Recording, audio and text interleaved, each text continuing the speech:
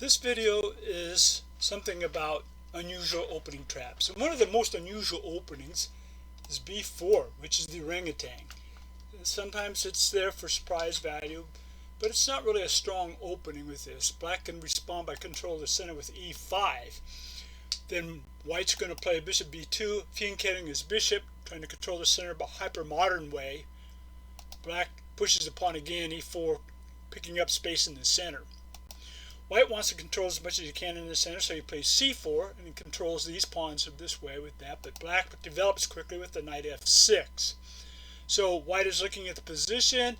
You see the bishop looking at the pawn with this, so what's going to happen with this is the pawn is pushed to b5 for white, so it's not taken. And now black plays d5 in the center, going after everything with this.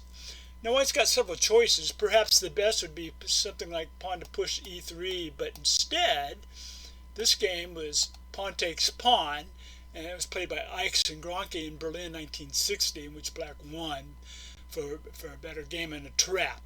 So at this point, there's just a trade of the pawns, so the knight then enters the center, taking the pawn. Now we have an unusual sequence that white wants to get his queen out early, but that's not really a good idea. In this case with this, perhaps something like this, if pawn takes the knight develop or whatever with this, but the queen sometimes comes out too early, although he is hitting this pawn. So black says, I don't want to lose that pawn, I don't want to protect it, I just push it again. So once that push is there with this, again, white has several choices. It's probably not good to take the pawn with either pawn. His best choice would be something like bring out the knight, but in this case, he thinks he can get something going with queen a4, threatening to push the pawn to b6 check and maybe the queen over and trying to win the knight. But anyway, the queen's out too early with this. So what happens now is black is going to bring his bishop to b4. So he's got that. He's ready to castle. He's got a bishop and a pawn hitting this d2 square. Now white makes a horrible mistake by trying to kick back the bishop. At this point, something should be like getting this out so you can get the knight out, for example. That would have been one idea. Maybe retreating the queen back and attacking the knight, but certainly not pushing the pawn to a3, attacking the bishop, because black has this pawn takes pawn check move. Alright, so if white goes to king to f4, here comes the queen check, and look, he's going to win the queen. So instead, white's going to take the pawn and thinks he's safe. Black plays a nice move with the queen to h4, check.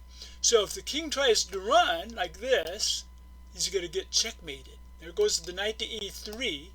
You only got one move, king to c1. Black comes queen to e1, check. King's can't move, so the queen goes to d1. Queen takes queen, checkmate. So at this point here, white decides to push the pawn to g3 and kick back the queen. Now black takes that bishop, taking the knight, check. King, where's he going to go? If he moves his king or something like that, see this queen is hanging. The queen can take the other queen with this. But in either case, it's going to happen anyway.